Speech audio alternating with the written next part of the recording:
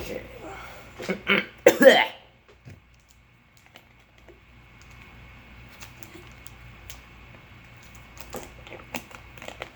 Not sponsored. So, Disney, right? The magical company. They make cartoons, they make movies, they take all your money from you and spend it on their parks to make more stupid attractions, to make them have more merchandise so that they can steal more of your money. Um, yeah, that thing. Well, they have this thing called Disney parks. You know, Disneyland, Disney World. They have it everywhere in the world. Mostly everywhere in the world, you could find a Disney park. Mostly in the places that are sunny, which kind of makes sense, considering you don't want to ruin the Disney magic. Even though one of their top movies is called Frozen. Anyway, that's not what we're focusing. What we're focusing on is how dark most of the Disney parks are. And I'm not talking about lighting, I'm talking about metaphorical darkness. Like, they're just dark. This sucks. First point. Look, I'm about to ruin your childhood here, because if any of you went to a Disney park and it has experienced some of these things, you could let me know, because god damn this. Okay, so first off, they reuse their animatronics, their robots. If you ever been on a Disney ride, there's always some sort of form of a robot there of some character just kind of sitting in the background or whatever. Disney doesn't like making new robots. I mean, like, they're good at it. When they make a new one, it's like, wow, that's pretty good technology. But sometimes when an old park, like an old ride, closes and they open up a new one, they realize, wait a second, we have all these other old robots. Why don't we just recycle them and shove them into these other new robots with new skin on them? And I don't know. It's just like they're just. Okay, a good example of this is the Lilo and Stitch ride that closed down a couple years ago. Yeah, everyone it didn't get that many good reviews because apparently most people don't like Lilo and Stitch apparently, but there was this one robot that they had. Like, there was a queue to go inside the ride, and there was this singular robot in the queue, just kind of waving its arms around, doing whatever. It was like a robot thingy. It had most of its electronics exposed, which I think they did that to make it more present that it was a robot. But it was also kind of terrifying. So they just took it and then slapped it over onto a Star Wars ride and turned it into a CP3PO. And like, why? They could have. It had the same movements as the other robot did. They didn't reprogram it to make it move around like C3PO did. They kept the movements from the other ride. And they've done this with so many other robots and so many other electronics. Like, I'm pretty sure half the robots at Disney isn't even original whatsoever. It isn't they didn't rebuild them all. They're all exactly the old tech.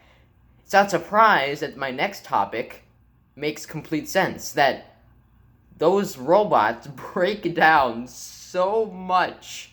Like, I'm pretty sure half the time people go on a Disney ride, there won't be one singular robot that isn't broken down.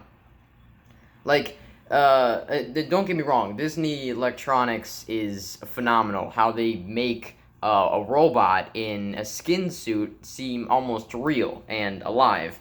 But given how many movements it takes to make one robot move around like a human, it tends to break down most of the time. Another good example of this is the Frozen ride.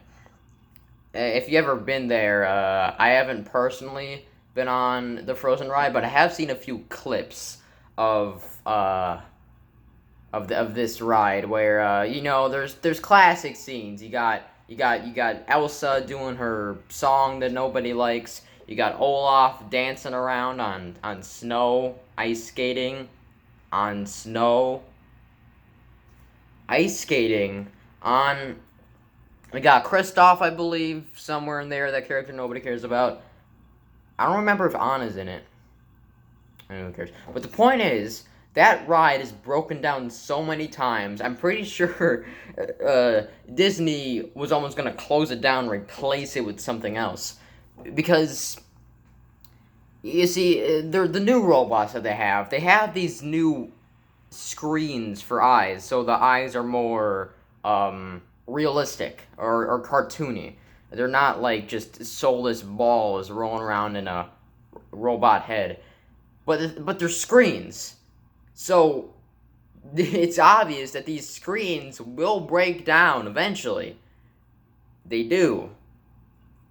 All the time. Like sometimes you'd be going through the ride and you'd be seeing your kid is gonna see Olaf, and he's just frozen in place and dead black eye sockets, or was replaced it, and he's just smiling like, and then dead eyes. What a happy memory for your child. But that's not it. That doesn't seem that. Before I mentioned that this was gonna get dark, and let me tell you, it's gonna get dark because there is a certain safety procedure that I don't really understand. Because, okay, hear me out. There is a certain safety procedure for this. If they have costumes, right? There's mascots walking around the park in costume, pretending to be a certain Disney character. It's a thing. But there are some costumes, you've seen the princesses walking around the kid area, right? They don't have a gigantic head of whatever princess they have on. It's just wig and whatever. But then you have people like Winnie the Pooh and Mickey Mouse and Daffy and Donald Duck. They have big, huge cartoon heads. And you see, I would suspect by now they would have some sort of, I don't know, fan inside those heads, or some sort of way to breathe, because those don't exist yet inside those costumes. There is no sort of there's no sort of air ventilation inside those costumes. No fans, no nothing. They're just inside a sweaty, hot suit pretending to be a Disney character 24/7. Oh boy, that's interesting. But do you know what is even more interesting? Some of these people inside these costumes have died in their costume. They're walking around, pretending to be Winnie the Pooh, dead. Now you'd probably be thinking, what would you do in that situation? What's the safety procedure? Did they drag them off to the side and keep them away from eyes until someone arrives? No.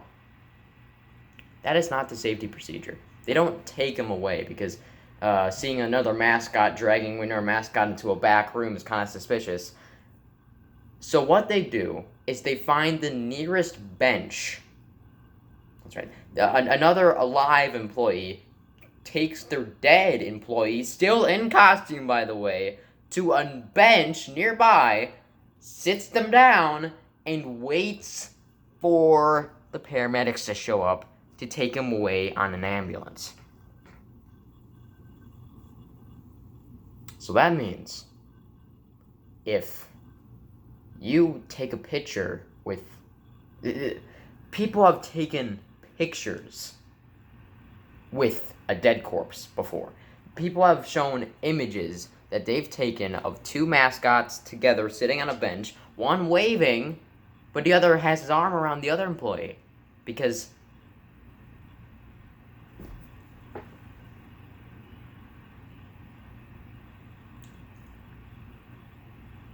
Disney likes to hide things. So many things.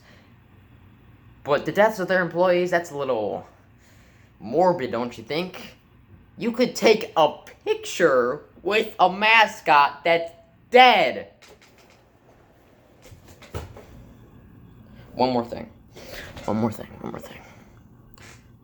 People have died on some rides before.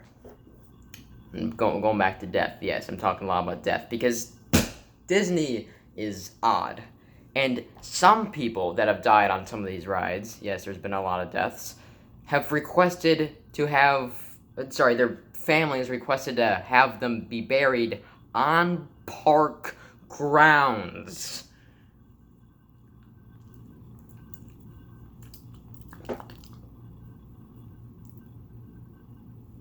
And you're thinking, well, of course they decline it. Why the heck would they bury somebody on a children's park ground? That doesn't make any sense. Why would they do that?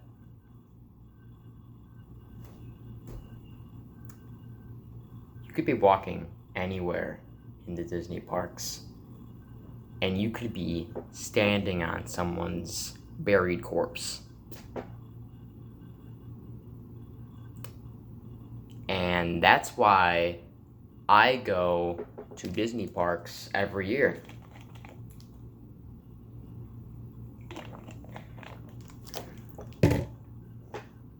Because I like to respect the dead.